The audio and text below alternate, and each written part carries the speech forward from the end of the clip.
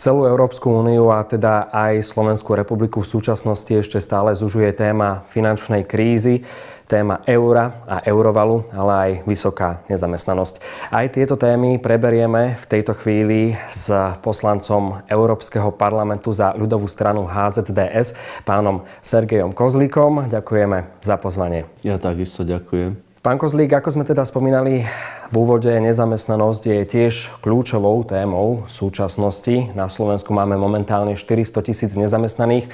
Ako by ste vy riešili tento problém? Aké sú vaše návrhy do budúcnosti? Nezamestnanosť je najväčší problém Slovenskej republiky. Sme momentálne tretí najhorší v tomto parametre v rámci Európskej únie a okrem tých 400 000 nezamestnaných vyše 200 000 ľudí pracuje v zahraničí. To znamená, Slovensko dnes nevie vytvoriť pracovné príležitosti zhruba pre 650 000 ľudí. Takže je to kardinálny problém. A pokiaľ hovoríme o riešení tohto problému, nemôžeme hovoriť o stovkách alebo tisíckach zamestnaných. Musíme hovoriť rádové o 10 000 nových pracovných miest. A pokiaľ chceme tento problém korektne riešiť, musíme sa pozrieť, kde sme tie miesta stratili. Na jednej strane sme označovaní ako Detroit Európy. Vyrábame najviac automobilov na jedného obyvateľa na svete.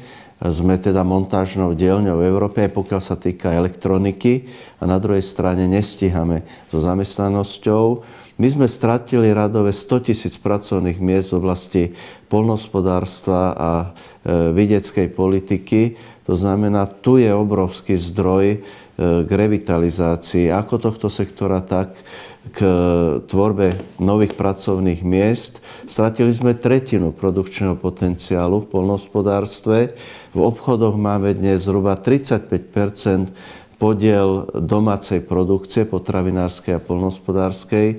Na porovnanie Česko, Maďarsko 70%, Nemecko, Rakúsko viac ako 80% domácej produkcie v obchodoch a v obchodných sieťach. Ďalšou kľúčovou témou, ktorá trápi momentálne Slovensko, je aj zdravotníctvo na základe udalostí, ktoré sa stali uplynulé mesiace. Čo ľudová strana HZDS a samotná problematika slovenského zdravotníctva? Treba povedať, že pravicová politika viedla na Slovensku k rozpadu ako regionálneho zdravotníctva, tak regionálneho školstva.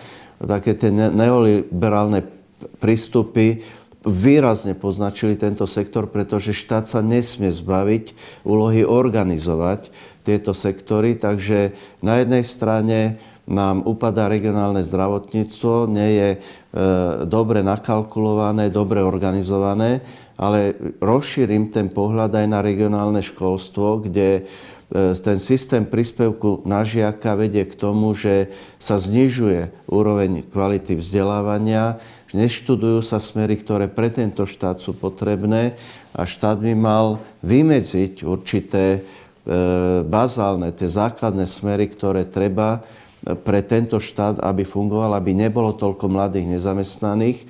Pokiaľ niekto chce študovať iné smery, ja neviem, diplomáciu, keď už smerujem až do vysokého školstva, tak pokiaľ sa neumiestni medzi tými najlepšími, tak nech si prípadne aj zaplatí štúdium.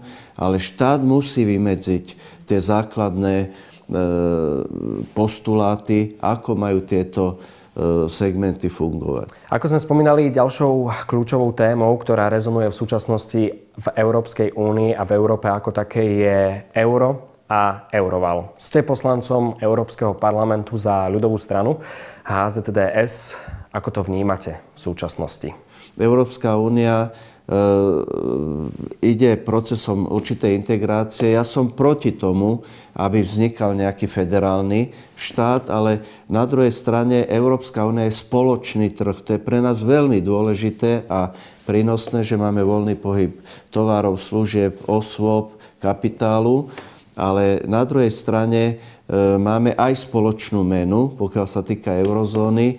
Euro zatiaľ pre Slovensko je aj, nie čierno-biele, je aj prínosom, aj na druhej strane vytvára určité problémy. Prínosom je za to, že máme nižšie transakčné náklady, že podnikatelia lepšie vedia kalkulovať vývoj eura, pretože je stabilnejšie, ako bola slovenská koruna. Ale na druhej strane tým, že v eurozóne nie je Maďarsko, Česká republika a Poľsko, tak v slabších menách, štáty, ktoré majú slabšie meny, sú lacnejšie, čo vyvoláva nákupné turistiky slovenských občanov, alebo naopak Slovensko je drahé pre občanov z okolitých štátov. Toto sa prekoná vtedy, keď sa eurozóna uzatvorí a vstúpia do nej aj Maďari, Češi a Poliaci.